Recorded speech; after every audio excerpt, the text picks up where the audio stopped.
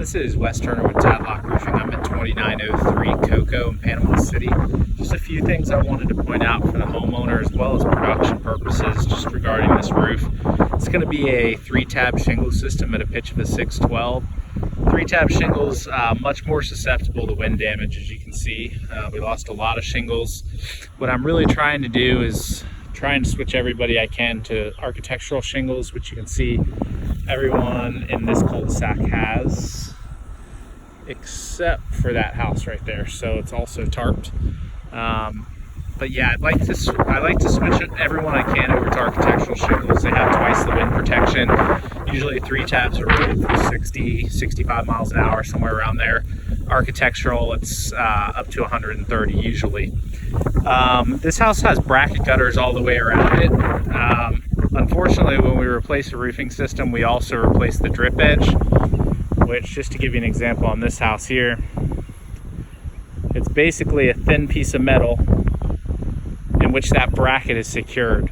So when we replace the drip edge all the way around the house, the brackets have to be detached.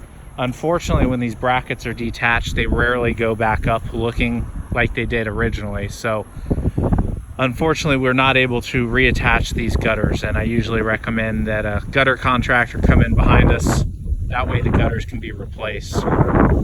This square exhaust vent can be replaced with what's called a Lamenco 750 Type D exhaust vent. We have a 3-inch pipe jack here and a 2-inch pipe jack here, as well as a split boot down at the bottom for your electrical conduit.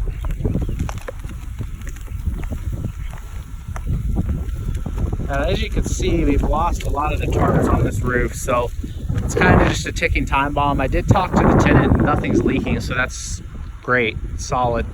But as you can see, you have these boards here secured through the roofing deck with nails. So eventually, over time, water will work its way underneath this board, underneath all these boards actually. And another point here too is this split boot flashing should be underneath shingles. That way water can run over top of it. But as you can see, and I'm gonna get a little closer here. As you can see, there's no shingles over top of it. So water can just work its way underneath that top side edge there. And eventually it's gonna start leaking into that split boot area if it hasn't already. So just going over what I mentioned, the two big things, switching this 3-tab shingle system over to an architectural shingle system, as architecturals have longer warranty as well as a more advanced wind warranty. And the other big thing was we're not going to be able to reset these gutters.